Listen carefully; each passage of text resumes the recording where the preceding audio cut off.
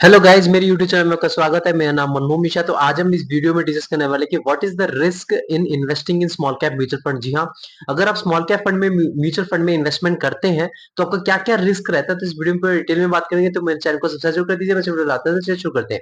तो यहाँ पे टोटल मैं आपको टोटल 6 पॉइंट बताने वाला हूँ, जो कि 6 रिस्क रहता है अगर आप स्मॉल कैप फंड में म्यूचुअल फंड में इन्वेस्टमेंट करते हैं। और ये रिस्क को आपको देख के ही इन्वेस्टमेंट करना चाहिए। तो ये 6 जो पॉइंट है उसको अब मैं आपको पूरी डिटेल में बताने वाला हूँ। तो सबसे पहला जो पॉइंट है वो वॉलेटिलिटी। जी हाँ, वॉलेटिलिटी बेसिकली क्या होता है कि मतलब आपका जो रोलर कोस्टर, उसको आप रोलर कोस्टर भी कह सकते हैं, ऊपर नीचे आपका कितना तगड़ा होता है। तो ये जो बेसिकली स्मॉल कैप फंड में सबसे ज्यादा आपको देखने को मिलता है। आप सोचते हैं कि यार इस साल आपको 50 से 60% तक का रिटर्न मिल गया, बहुत ही बढ़िया है, मतलब आप बहुत अच्छा खासा परफॉर्मेंस दिया है, मैं इसमें इन्वेस्टमेंट कर देता हूँ आंख बंद करके। लेकिन ऐसा नहीं होता। जब इसके पास पॉजिटिव 50% देने की कैपेबिलिटी होती है, तो एक साल में आपको -50% देने की भी कैपेबिलिटी होती है।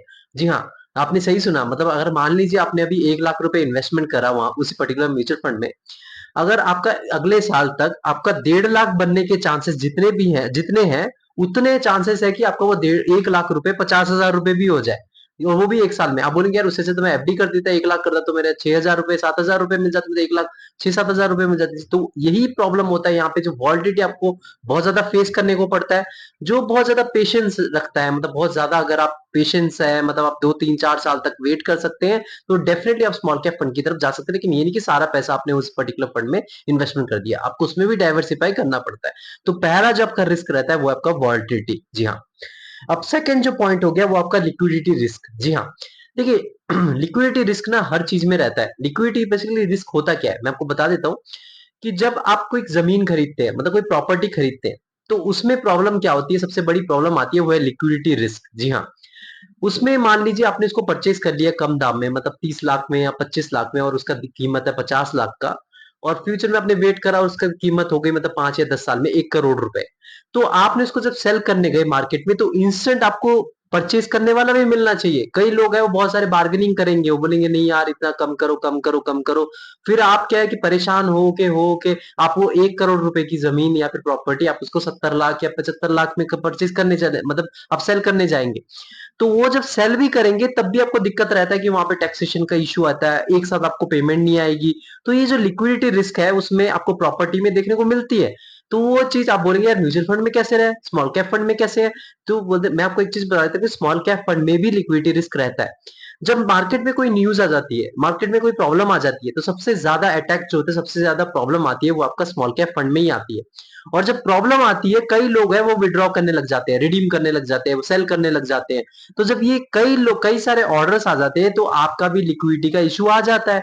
अब देखिए अचानक से इतने सारे सेलिंग ऑर्डर आ जाएंगे, तो वहां पे क्या हो जाएगा कि मतलब पैनिक सेलिंग हो जाएगी, और कई सारे आपको लिक्विडिटी रिस्क डेफिनेटली आ जाएगी, क्योंकि वहां पे क्या है कि आपका डिमांड बहुत ज्यादा बढ़ रहा है और सप्लाई कम हुए जा रहा है, मतलब जो आपका जो क्रेडिट है।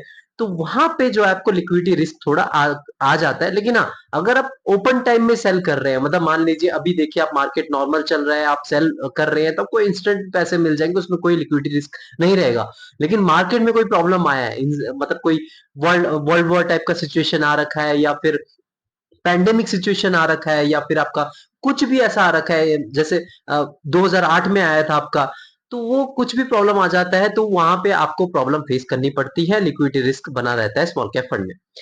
नंबर 3 हो गया मार्केट रिस्क। जी हाँ, देखिए मार्केट रिस्क इसमें क्या रहता है कि आपका जो स्मॉल कैप फंड है वो बेसिकली टोटली इकोनॉमिक कंडीशन, मतलब कंट्री के ऊपर डिपेंड करता है। अगर कंट्री का इकोनॉमिक कंडीशन बढ़ रहा है, जिस तेजी से बढ़ रहा है, तो स्मॉल कैप फंड वो दुगना या 3 गुना से बढ़ेगा।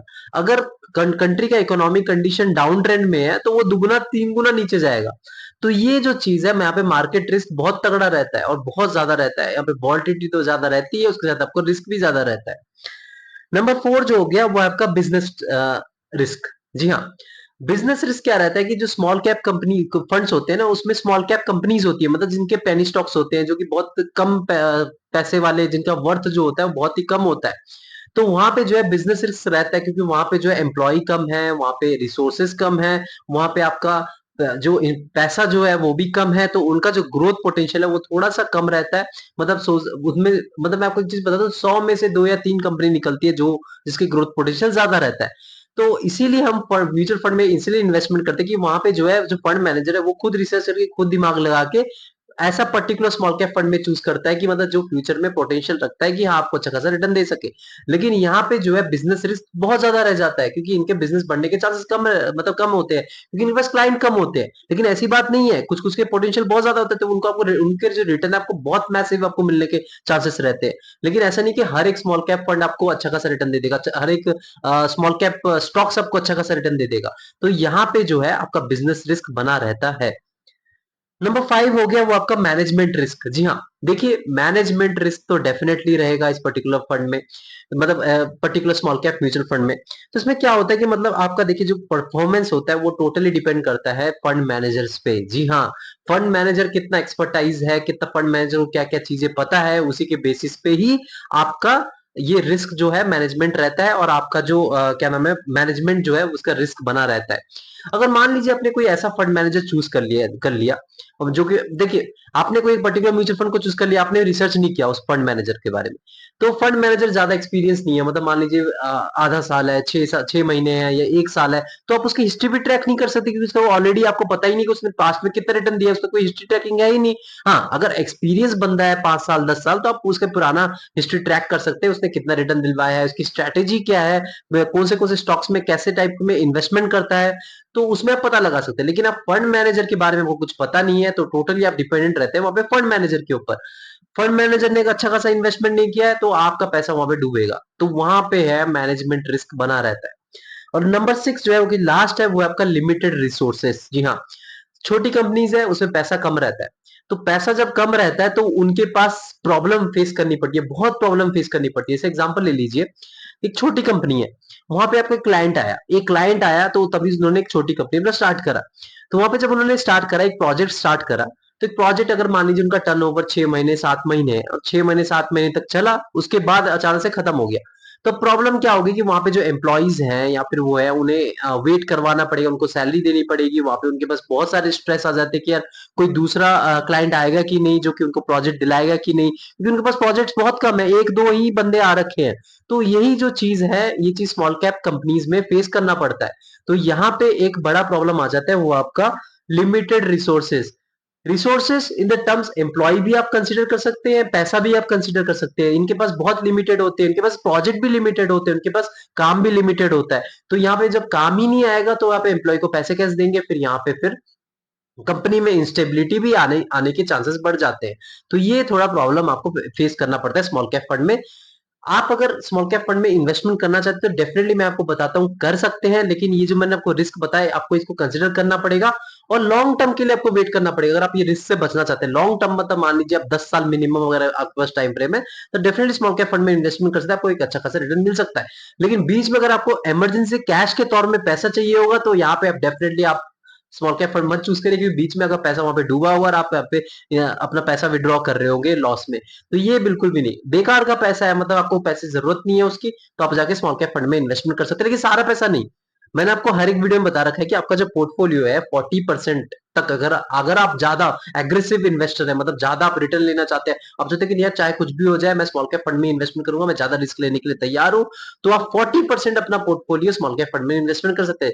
लेकिन अगर आप मॉडरेट रिस्क टेकर है, मतलब अगर मीडियम रिस्क मतलब लेना चाहते हैं, तो तब भी आप 20 से 30% तक ही अपना पोर्टफोलियो में स्मॉल कैप फंड रखें। और अगर आप बहुत कम ही रिस्क लेना चाहते हैं तब भी आप 10% या 5% अपना पोर्टफोलियो में स्मॉल कैप फंड डेफिनेटली रखिए। लेकिन रखना जरूरी है क्योंकि यही आपको थोड़ा बहुत रिटर्न अच्छा खासा जनरेट करके देगा। अगर आप देखिए लार्ज कैप फंड या फिर मिड कैप फंड है या फिर आपका इंडेक्स फंड है, वो आपको एक मॉडरेट रिटर्न देंगे, मतलब 15% या 20% रिटर्न।